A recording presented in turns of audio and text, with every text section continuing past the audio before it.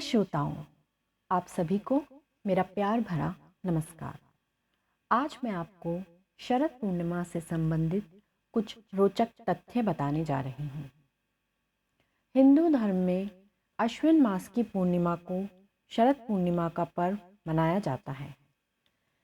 इस साल शरद पूर्णिमा 19 अक्टूबर को मनाई जाएगी। शरद पूर्णिमा 19 अक्टूबर मंगलवार शाम 7:05 से प्रारंभ होगी, जो 20 अक्टूबर बुधवार को 8:20 पर समाप्त होगी। शास्त्रों के अनुसार देवी लक्ष्मी इस दिन समुद्र मंथन से प्रकट हुई थी। यह पर्व महालक्ष्मी की पूजा करने के लिए और उनको प्रसन्न करने के लिए बहुत विशेष होता है।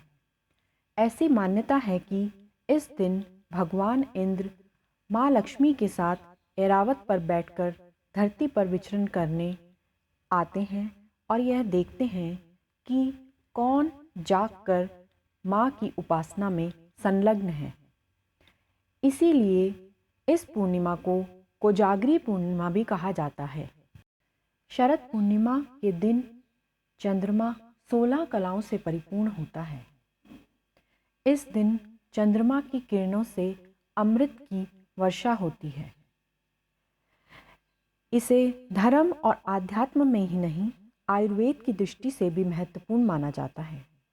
शरद पूर्णिमा की रात चंद्रमा की किरणें हमारे शरीर और वातावरण के लिए अमृत के समान लाभदायक होती हैं। इसीलिए इस दिन विशेष रूप से गौदुग्ध से तैयार की गई चावल की खीर को चंद्रमा की किरणों में रात्रि 9 बजे से मध्य रात्रि तक रखा जाता है। उस अमृतमय किरणों की छांव में रखी आरोग्य खीर को ग्रहण कर व्यक्ति निरोगी काया प्राप्त कर सकता है। इस रात महालक्ष्मी के साथ साथ भगवान कृष्ण की भी पूजा की जाती है। शरद पूर्णिमा की रात को रास पूर्णिमा भी कहा गया है, क्योंकि भगवान श्री कृष्ण इस रात हर गोपी के लिए कृष्ण बने थे। पूरी रात नृत्य किया, जिसे महारास के नाम से जाना जाता है। महारास के समय भगवान श्री कृष्ण की आभा ने तीनों लोकों को मुग्ध कर दिया। महारास की दिव्यता को देखकर समय ठहर गया। वहीं चंद्रमा भी अपने स्थान को नहीं छोड़ पाए। रात्रि ढलने का नाम नहीं ले रही थी। 6 महीने तक चंद्रमा अपने स्थान से एकटक महारस को निहारते रहे। चंद्रमा के द्रवित रस से ही पारासौली में चंद्र सरोवर का निर्माण हो गया। महारास से संबंधित एक और कथा भी प्रचलित है।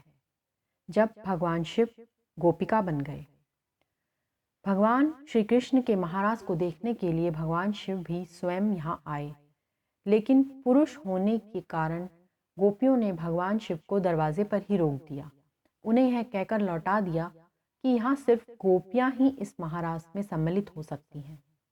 भगवान शिव बड़े व्याकुल हुए और इस अद्भुत पल को देखने के लिए उन्होंने एक सखी का रूप धारण कर लिया और वहाँ पहुँच गए।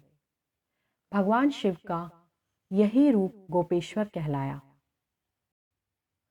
मेरी यही मनोकामना है कि आप सभी शरद पूर्णिमा को माँ लक्ष्मी की पूजा अर्चना कर लाभान्वित हों और माँ लक्ष्मी की कृपा से सुख समृद्धि से युक्त हों। धन्यवाद।